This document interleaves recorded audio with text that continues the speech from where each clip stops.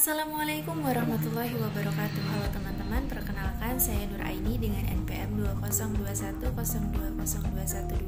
Saya mahasiswi semester 4 program studi Hukum Tata Negara kelas A Fakultas Syariah Universitas Islam Negeri Raden Intan Lampung.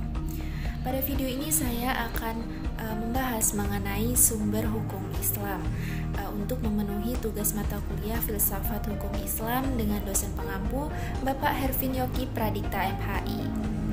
Sumber dalam Kamus Umum Bahasa Indonesia adalah asal sesuatu. Jadi sumber hukum Islam adalah asal tempat pengambilan hukum Islam.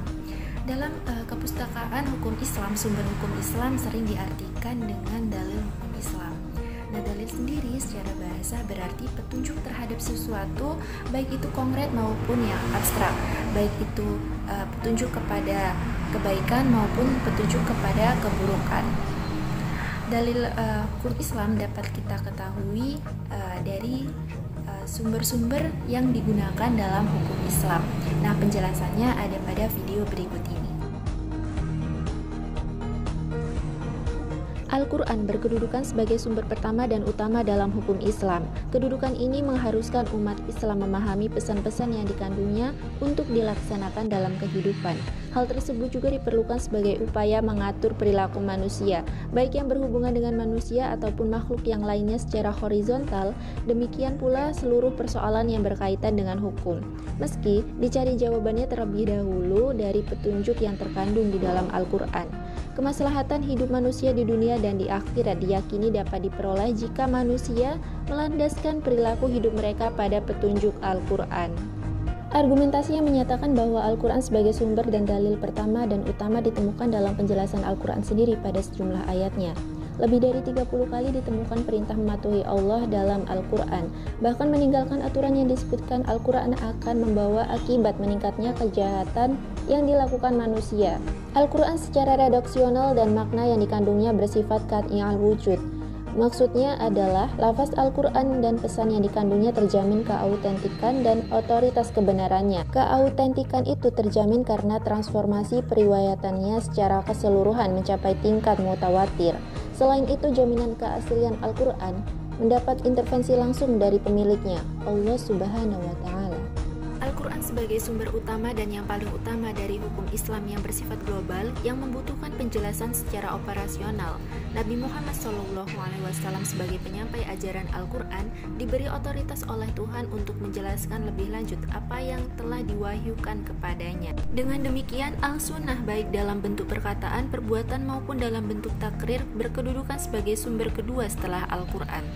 Kedudukan Al-Sunnah secara normatif ditemukan ayat Al-Quran yang menyeluruh untuk taat kepada Rasul. Ketaatan kepada Rasul sering dikaitkan dengan ketaatan kepada Allah Subhanahu wa Ta'ala sebagaimana dalam Quran Surah An-Nisa ayat 13.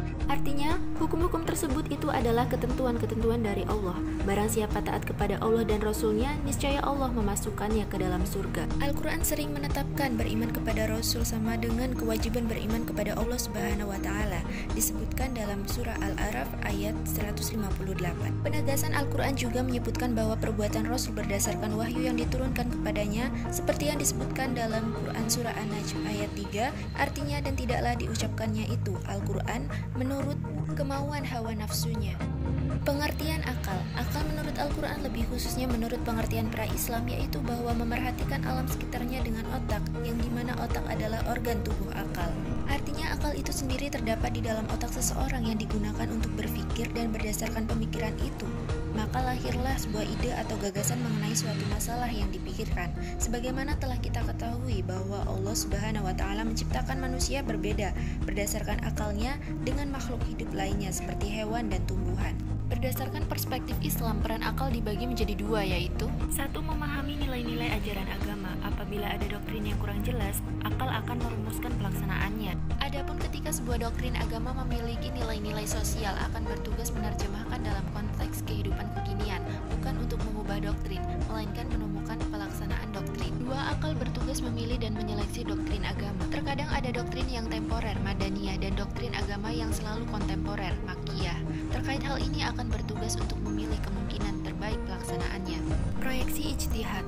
Ijtihad menurut bahasa berarti usaha yang keras dan bersungguh-sungguh. Sedangkan pengertian dari segi istilah, ijtihad adalah berusaha menetapkan hukum terhadap masalah yang belum ada ketetapan hukumnya dalam Al-Quran dan hadis, yang dilakukan dengan secara cermat dan pikiran yang murni, serta berpedoman pada aturan penetapan hukum yang benar. Rujukan ijtihad tetap pada Al-Quran dan hadis, dalam arti bahwa penetapan hukum ijtihad tidak boleh bertentangan dengan ayat-ayat Allah Subhanahu wa taala atau ajaran Rasulullah Shallallahu alaihi wasallam.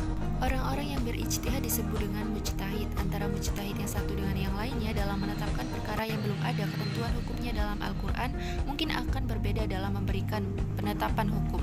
Ada pendapat yang satu benar dan yang lain menjadi salah. Hal ini akan menjadi penilaian yang mempengaruhi hukum. Ijtihad menjadi sumber hukum Islam yang ketiga boleh dilakukan oleh siapa saja yang memiliki persyaratan minimal seperti memahami mafhum ayat atau hadis, memiliki atau menguasai ilmu alat seperti nahwu, shorof, mengetahui latar belakang suatu ayat atau hadis, luas pemahamannya terhadap pengetahuan Islam, memiliki loyalitas yang tinggi terhadap agama, dan lain-lain. Ijtihad diterapkan dengan beberapa cara, antara lain ijma dan qiyas.